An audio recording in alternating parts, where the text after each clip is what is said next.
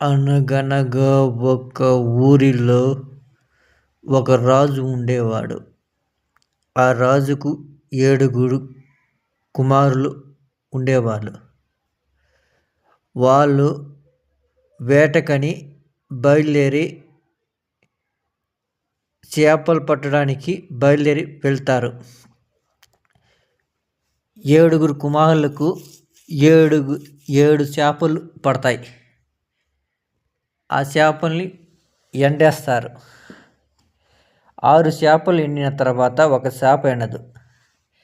చేప దగ్గరికి వెళ్ళి రాజకుమారుడు ఇట్లా అంటాడు, చేప నువ్వు ఎందుకు ఎండలేదంటే, నాకు గడ్డి మోపు అడ్డం వచ్చింది, దాన్ని పోయి అడుగుపో.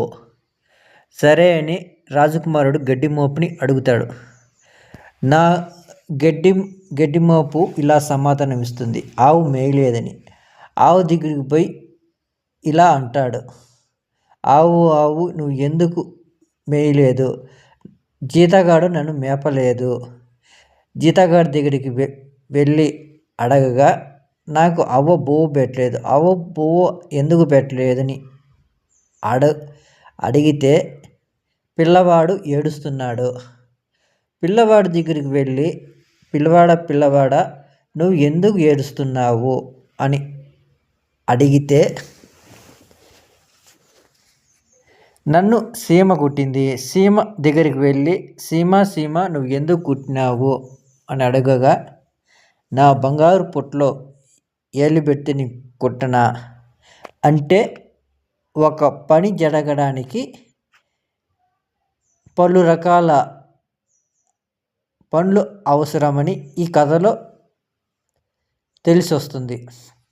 రాజకుమారుడు ఆ విషయం తెలుసుకొని ఆ చేపని నీళ్ళలో వదిలేస్తాడు. ఈ కథ వలన మీరు తెలుసుకున్న నీతి ఏమి?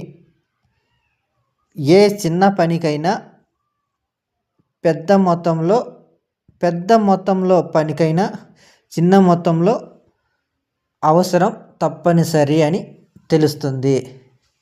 కాబట్టి ఎవరిని ఏమి అనకూడదని ఈ కథలో తెలుస్తుంది. ఓకేనా ఫ్రెండ్స్?